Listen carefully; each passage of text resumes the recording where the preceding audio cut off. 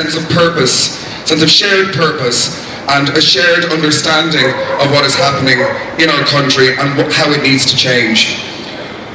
In my mind, what has happened in RTE is that a group of lawyers made an economic calculation that it would be cheaper to hand over 80,000 of our euros to a bunch of people than it would be to actually challenge what underlies the issue here. And that is that their statements, their activism, everything that they do is geared towards keeping all of us unequal.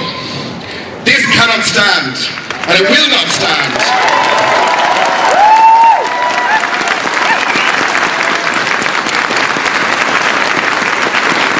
Reference has been made to the fact that homophobic bullying destroys lives, and homophobia in general destroys lives.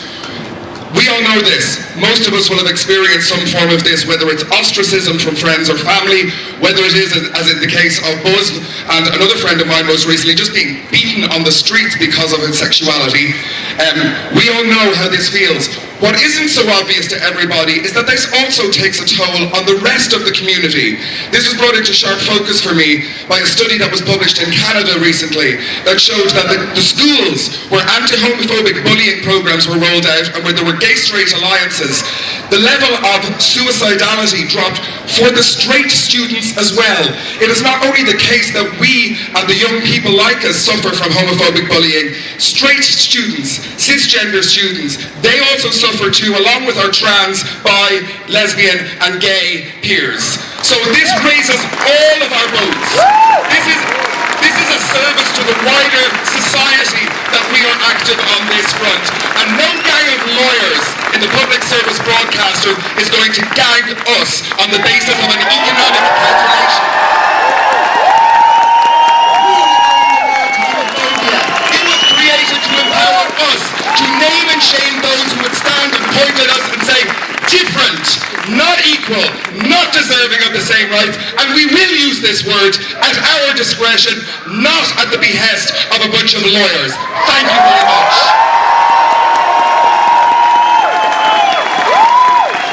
It may be apparent to you that I am quite angry about this, and I can sense that most of you are pretty angry about this as well.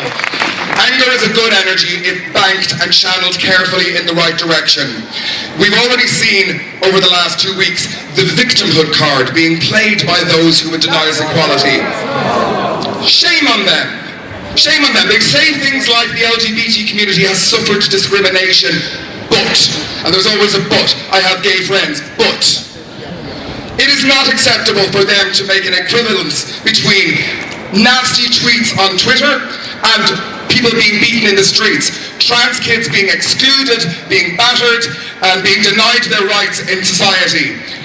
We must be very careful to channel our anger, not to feed into their false claims of victimhood. How we can do this is instead of attacking the Iona Institute, instead of attacking the columnists who attack us, we will deny them the oxygen of our attention. We will focus our attention on the broadcasters, on the media outlets that give them a platform to vent their hate.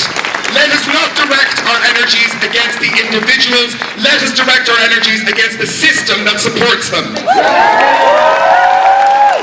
I'm sure that amongst you all here are some of the vaunted 847 letter writers.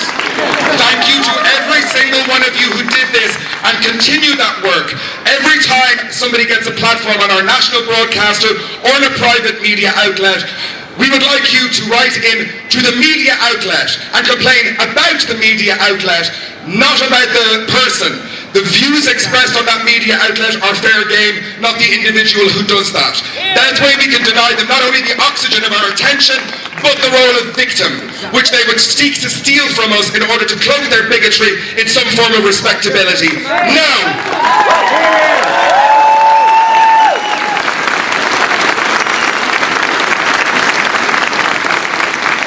This is not the end of this discussion on homophobia. We're reclaiming that word and we reserve the right to use it as we see fit. But we will be judicious in the use of this. The spectrum of homophobia covers everything from, as Caroline discussed, murders in Uganda, gangs of people being imprisoned in Nigeria and the courthouse being pelted with stones during the proceedings because the mob outside wants them dead even before the travesty of justice has begun. That is at the extreme end of homophobia. At the other end of homophobia is that language, is that cover, that shade under which all of the more violent forms luxuriate, the language of traditional values, honest, sincere opinions. Well, I have honest, sincere opinions too. Thank you. And we will express those honest, sincere opinions, but we'll use it to attack opinions and not people.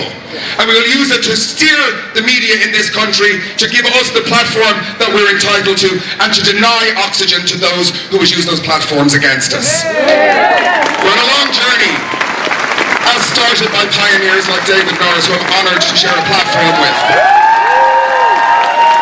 And we will continue to march forward with that banner, and we will see this through to the end until every last legal discrimination that weighs against LGBT people in this country is removed and the playing field is levelled. And then everybody can grow up. And that is straight people as well as LGBT, cis as well as trans. Everybody can grow up without believing that there is something stigmatic about an identity. And I hope you'll all stay with us on this journey. Thank you.